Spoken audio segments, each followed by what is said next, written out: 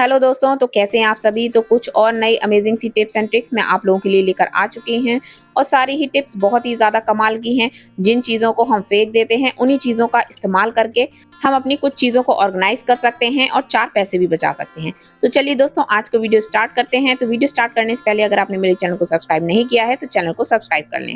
तो आज की पहली ट्रिक जो है वो हमारे घर में रोज इस्तेमाल होने वाली सब्जी आलू के साथ है। हम लोगों के घर में इस्तेमाल होने वाला आलू सभी साइज में आता है, कुछ बड़े होते हैं तो कुछ छोटे होते हैं। जब हम आलू को उबालते हैं तो छोटे आलू तो जल्दी उबल जाते हैं, लेकिन बड़े आलू को उबलने में थोड़ा सा टाइम लगता है और जिसके कारण जो छोटे आलू होते हैं वो भी बहुत ज्यादा गल जाते हैं या पूरे ही कुकर में बहुत ज्यादा मैश हो जाते होंगे, ऐसा आपने देखा होगा। पर एक छोटी सी ट्रिक मैं आपको बताऊंगी। या तो आप आलूओं को 2 टुकड़े करके काट के डालिए, पर ऐसे में क्या होता है, आलू में बहुत ज्यादा पानी हो जाता है। तो आप एक चम्मच ले लीजिए और जो भी बड़े आलू हैं उसके अंदर इस तरीके से आप चम्मच को डाल दीजिए, तो बड़े आलू भी आपके जल्दी उबल जाएंगे और इसमें गैस की भी आपकी बचत होगी और ज्यादा समय भी नहीं लगेगा। तो मैं आपको आलू उबालने के बाद भी दिखाती हूँ कि यह आलू किस तरीके से बॉईल हुआ है। तो मैं चम्मच निकाल के आपको आलू को दिखाती हूँ। तो अभी आलू बहुत ज्यादा गर्म है, तो मैं आपको इसी तरीके से बस कट करके दिखाती हूँ। तो आलू बहुत अच्छे से बॉईल हुआ है। सबसे पहली बात, तो जब भी आलू को बॉईल करें पानी कम डालिए, बहुत ज्यादा पानी डालने की बिल्कुल जरूरत नहीं है। कम पानी में भी आलू बहुत जल्दी बॉईल होते हैं और गैस की भी बचत होती है। तो इस तरीके से आप आलू उबाल कर देखिए, आपके आलू बहुत जल्दी बॉईल होंगे और अच्छी तरीके से होंगे। तो देखते हैं अपनी नेक्स्ट ट्रिक। हम लोगों के घर में करी पत्ते का इस्तेमाल बहुत सी चीजों में होता है। कुछ लोग घर में करी पत्ता लगाकर रखते हैं, जिसे मीठी नीम भी कहते हैं। मेरे घर में करी पत्ता लगा हुआ नहीं है, तो इसलिए मैं इसको मार्केट से मंगाती हूँ। पर अक्सर हम देखते हैं जब भी हम इसको रखते हैं तो कुछ ही टाइम बाद इसमें फंगस लग जाती है। या तो आप इसको फ्रिज में स्टोर करते हैं, अगर हम इसको बाहर रखते हैं तो ये एकदम ड्राई हो जाता है, एकदम सूख जाता है और इसकी जो डंडियां होती हैं उन्हें भी हम फेंक देते हैं। जाहिर सी बात है, फेंक ही देंगे। पर मैं आपको बताती हूँ कि इनका भी हमें इस्तेमाल करना है। तो सबसे पहले तो मैं बताती हूँ कि आपको इनकी डंडियों का किस में इस्तेमाल करना है। जब भी हम लोग प्याज को स्टोर करते हैं, स्पेशली गर्मियों के मौसम में, तो उस समय प्याज की जो बास्केट है उसमें आप इन डंडियों को डाल दीजिए।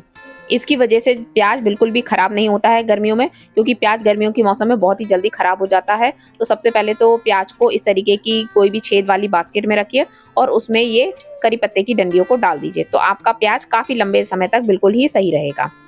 अब मैं बताती हूँ कि करी पत्ते को हम किस तरीके से स्टोर करें। तो सबसे पहले तो आप करी पत्ते को अच्छी तरीके से धुल लीजिए, जितनी भी उसमें मिट्टी वगैरह है सब एकदम साफ हो जानी चाहिए। उसके बाद किसी टॉवल पर डाल के इसका जितना भी पानी है उसको अच्छी तरीके से एकदम साफ कर लीजिए, पोंछ लीजिए, जिससे उसमें बिल्कुल भी पानी ना रहे। उसके बाद गैस पर कोई भी कढ़ाई या पैन वगैरह कुछ भी रख लीजिए और इसमें आपको डालना है थोड़ा सा ऑयल। जिस भी तेल का आप खाने में इस्तेमाल करते हैं, मैंने सरसों के तेल का इस्तेमाल किया है। और जैसे ही तेल गर्म हो जाए इसमें आप करी पत्ते डाल दीजिए। अब करी पत्ते को इसी तेल में हमें अच्छी तरीके से भून लेना है, जिससे इसका जितना भी मॉइस्चर वगैरह है सारा खत्म हो जाए। और जब आप इसको इस ऑयल में फ्राई करेंगे ना, तो बहुत ही अच्छी खुशबू आएगी। आप इसको ट्राई जरूर कीजिएगा, इससे आपका करी पत्ता बिल्कुल भी खराब नहीं होगा। और एक कोई भी ग्लास का कंटेनर वगैरह ले लीजिए और इसमें इसको स्टोर करके आप लंबे समय तक के लिए रख सकते हैं। तो इससे आपके करी पत्ते में बिल्कुल फंगस वगैरह नहीं लगेगी। और इंस्टेंट आपको किसी भी चीज में डालना है तो आप बहुत ही जल्दी इसको डाल सकते हैं। अगर आपके पास ये इस तरीके से बना हुआ रखा रहेगा, नमकीन वगैरह में, पोहा वगैरह में, किसी में भी आप इसको डाल सकते हैं। पहले मेरा करी पत्ता बहुत जल्दी खराब हो जाता था, पर अब मैं इसको इसी तरीके से स्टोर करके रखती हूँ। तो चलिए दोस्तों, देखते हैं अपनी नेक्स्ट ट्रिक। तो दोस्तों, हर किसी के घर में हेयर कलर, डाई वगैरह कोई ना कोई इस्तेमाल जरूर करता है और उसके साथ आते हैं इस तरीके के ग्लव्स जो उसके अंदर रहते हैं। बहुत से लोग इनका इस्तेमाल करते हैं और कई लोग इनका इस्तेमाल करते भी नहीं हैं, और या फिर हम इनका इस्तेमाल करने के बाद इनको फेंक देते हैं। पर आज मैं आपको बताऊंगी कि जिन ग्लव्स को आप फेंक देते हैं, इनका इस्तेमाल आप कितनी चीजों में कर सकते हैं। बहुत ही यूजफुल होते हैं ये, और ये देखने के बाद तो आप इन ग्लव्स को कभी भी नहीं फेंकेंगे। तो चलिए देखते हैं पहली ट्रिक इसकी क्या है। जब भी हम लोग चूड़ी वगैरह पहनते हैं, लेडीज के साथ अक्सर ऐसा होता है कि कुछ चूड़ियां छोटी होती हैं, कुछ चूड़ियां बड़ी होती हैं।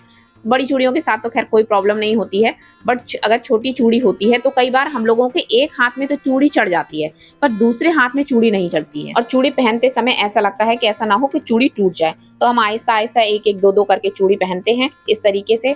और अक्सर ऐसा होता है कि जो सीधा हाथ होता है उसमें चूड़ियां बहुत आसानी से नहीं पहनी जाती हैं। तो ये देखिए, मैंने चूड़ियां पहनी है और ये बहुत ही ज्यादा टाइट है।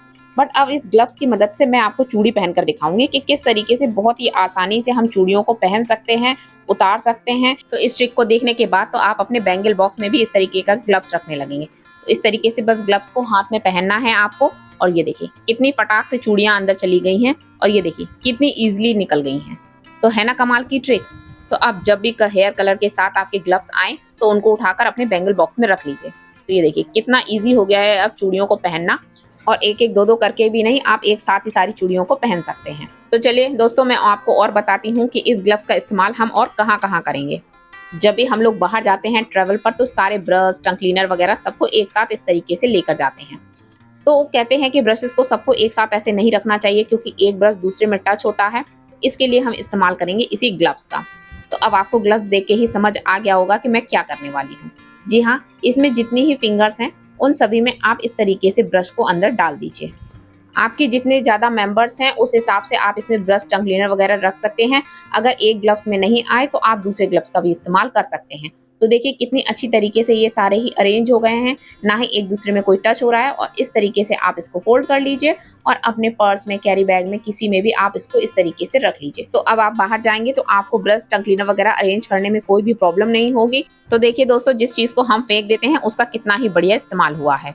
आई होप आपको ये ट्रिक पसंद आई हो। तो जो भी ट्रिक्स आप लोगों को अच्छी लग रही हो, पसंद आ रही हो, प्लीज़ मुझे कमेंट करके ज़रूर बताइएगा, और वीडियो को एक लाइक और चैनल को सब्सक्राइब करना बिल्कुल मत भूलिएगा।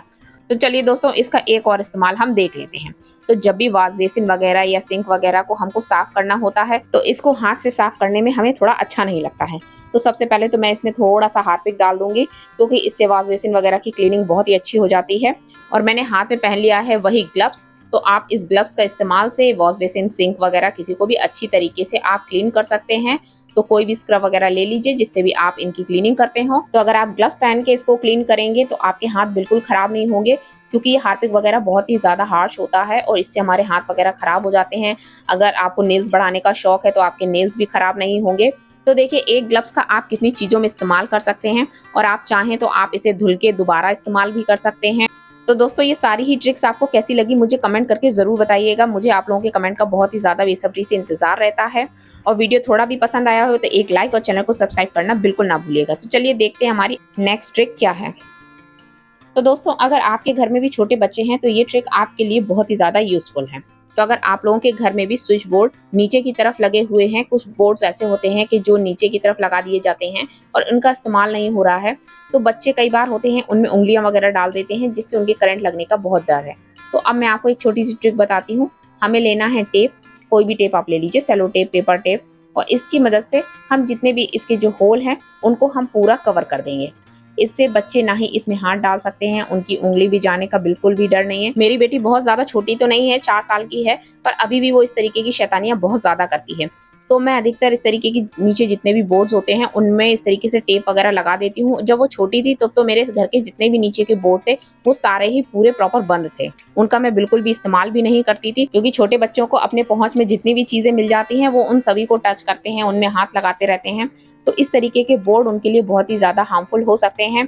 तो इस तरीके के अगर आपके भी घर में बोर्ड हैं तो आप उनको इतनी ईजी सी ट्रिक से आप उनको सबको बंद कर दीजिए। और अगर आपको उनको जिनको इस्तेमाल करना है तो आप टेप निकाल कर उनका इस्तेमाल करके वापस से उसमें टेप लगा दीजिए, जिससे आपके बच्चों को कोई भी खतरा नहीं हो। तो दोस्तों, यही थी कुछ इजी सी टिप्स। आई होप आपको पसंद आई हो। कोई भी ट्रिक्स एंड टिप्स आपको अगर पसंद आई हो मुझे कमेंट करके जरूर बताइएगा। वीडियो थोड़ा भी अच्छा लगा हो तो एक लाइक और चैनल को सब्सक्राइब करना बिल्कुल मत भूलिएगा। तो चलिए दोस्तों, फिर से मिलते हैं एक और नए वीडियो के साथ। तब तक के लिए bye bye and take care.